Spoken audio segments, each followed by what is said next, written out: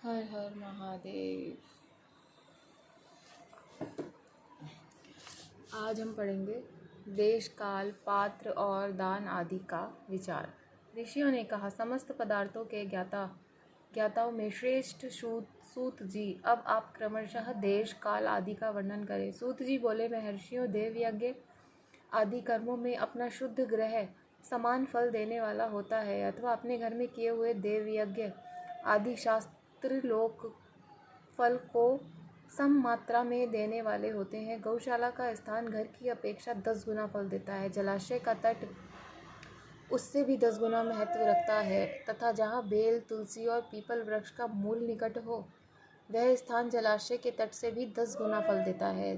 देवालय को उससे भी 10 गुने महत्व का स्थान जानना चाहिए। देवालय से भी 10 गुना महत्व रखता है तीर्थ भूमि का तट, उससे 10 गुना श्रेष्ठ है नदी का किनारा, उससे 10 गुना उत्कृष्ट है तीर्थ नदी का तट, और उससे भी 10 गुना महत्व रखता है सप्त गंगा नामक नदियों का तीर्थ। गंगा, गोदावरी, कावेरी, ताम्रपर्णी, सिंधु, सरयू और नर्मदा, इन 7 नदियों का सप्त गंगा कहा गया है। समुद्र के तट का स्थान इनसे भी 10 गुना पवित्र माना गया है, और पर्वत के शिखर का प्रदेश समुद्र तट से भी 10 गुना पावन है।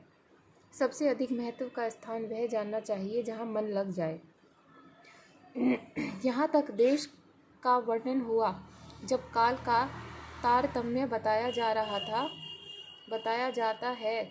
सतयुग में यज्ञ, दान और कर्म पूर्ण फल देने वाले होते हैं, ऐसा जानना चाहिए। त्रेता युग में उनके 3/4 फल मिलता है। द्वापर में सदा आधे ही फल की प्राप्ति कही गई है। कलयुग में 1/4 ही फल की प्राप्ति समझनी चाहिए, और आधा कलयुग बीतने पर उस चौथाई फल में से भी 1/4 कम हो जाता है।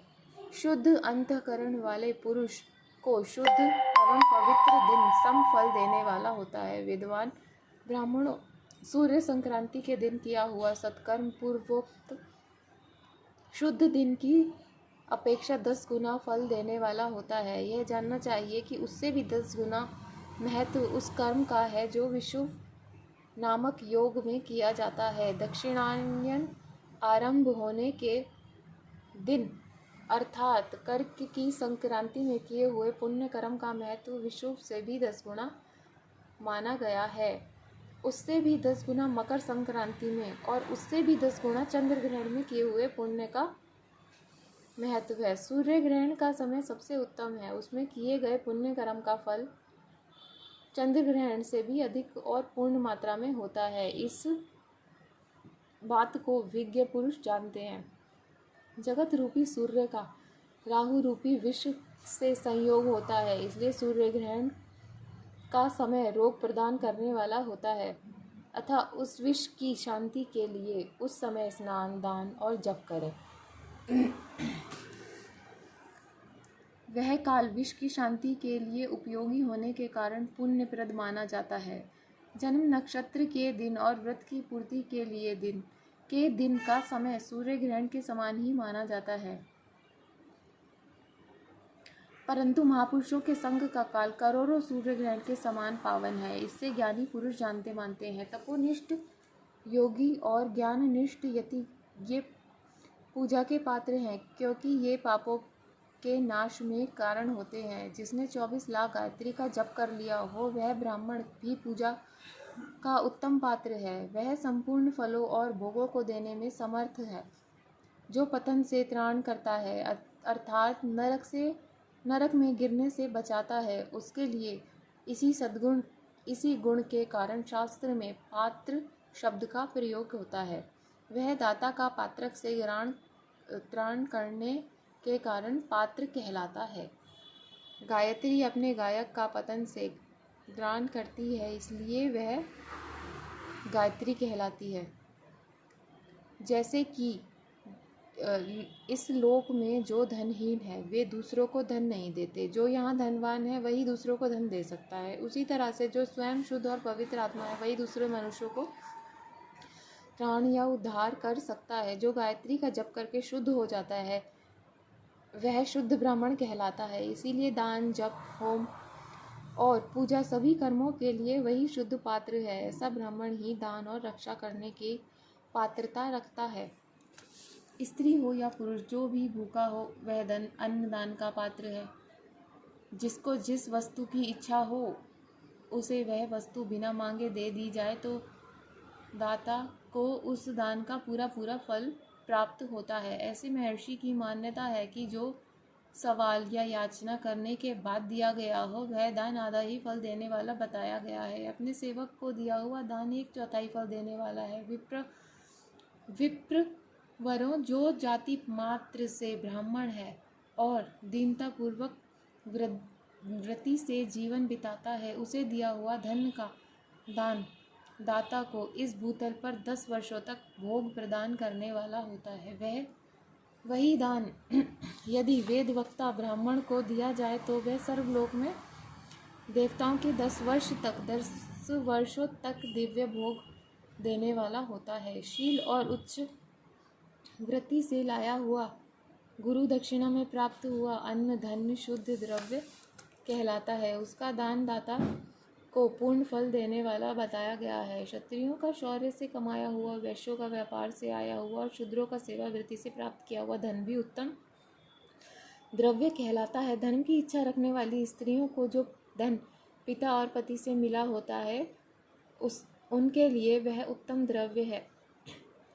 गौ आदि 12 वस्तुओं का चैत्र आदि 12 महीने में क्रमशः दान करना चाहिए। गौ, भूमि, तिल, सुवर्ण, घी, वस्त्र, धान्य, गुड़, चांदी, नमक, कोहड़ा और कन्या, ये ही 12 वस्तुएं हैं। इनमें गौदान से कायिक, वाचिक और मानसिक पापों का निवारण और कायिक आदि पुण्य कर्मों की निवारण, पूरे कर्म की पुष्टि होती है। ब्राह्मणों, भूमि का दान इहलोक और परलोक में प्रतिष्ठा की प्राप्ति करने वाला है। तिल का दान बलवर्धक और मृत्यु का निवारण होता है। सुवर्ण का दान जठराग्नि को बढ़ाने वाला तथा वीर्यदायक है। घी का दान पुष्टिकारक होता है। वस्त्र का दान आयु की वृद्धि कराने वाला होता है। ऐसा जानना चाहिए कि धान्य का दान अन्न धन की समृद्धि के कारण होता है। गुड़ का दान मधुर भोजन की प्राप्ति करने वाला होता है। चांदी के दान से वीर्य की वृद्धि होती है। लवण का दान षड्रस भोजन की प्राप्ति कराता है। इस प्रकार के दान का सारी समृद्धि के सिद्धि के लिए होता है। विज्ञ पुरुष कुष्मांड के दान को पुष्टिदायक मानते हैं। कन्या का दान आजीवन भोग देने वाला कहा गया है। ब्राह्मणों, वह लोक और परलोक में भी संपूर्ण भोगों की प्राप्ति कराने वाला है। विद्वान पुरुष को चाहिए कि जिन वस्तुओं का श्रवण आदि इंद्रियों की तृप्ति होती है उनका सदा दान करे। श्रोध आदि इन इंद्रियों के जो शब्द आदि 10 विषय हैं उनका दान किया जाए तो वह भोगों की प्राप्ति कराते हैं तथा दिशा आदि इंद्रिय देवताओं को संतुष्ट करते हैं। वेद और शास्त्र को गुरुमुख से ग्रहण करके गुरु के उपदेश से अथवा स्वयं ही बोध प्राप्त करने वाला है। पश्चात जो बुद्धि का यह निश्चय होता है कि कर्मों का फल अवश्य मिलता है, इसी को उच्च कोटि आस्तिकता कहते हैं। भाई, बंधु अथवा राजा के भय से जो आस्तिकता बुद्धि या श्रद्धा होती है वह कनिष्ठ श्रेणी में आस्तिकता है, जो सर्वदा दरिद्र है। इसलिए जिसके पास सभी वस्तुओं का अभाव है वह वाणी तथा कर्म शरीर द्वारा यजन करे। मंत्र, स्रोत और जप आदि का वाणी द्वारा किया जाए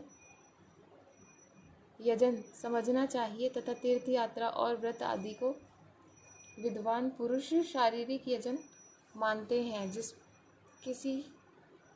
किसी भी उपाय से थोड़ा हो या बहुत देवता अर्पण बुद्धि से जो कुछ भी दिया अथवा किया जाए वह दान या सत्कर्म भोगों की प्राप्ति कराने में असमर्थ होता है। तपस्या और दान, ये दो कर्म मनुष्य को सदा करने चाहिए तथा ऐसा ग्रह का दान करना चाहिए जो अपने वर्ण और गुण की से सुशोभित हो। बुद्धिमान पुरुष देवताओं की तृप्ति के लिए जो कुछ देते हैं वह अतिशय मात्रा में और सब प्रकार के भोग प्रदान करने वाला होता है। उस दान से विद्वान पुरुष यही लोक और परलोक में उत्तम जन्म और सदा सुलभ होने वाला भोग पाता है। ईश्वर्यार्पण अर्पण बुद्धि से यज्ञ दान आदि कर्म करके मनुष्य मोक्ष फल का भागी होता है। हर हर महादेव।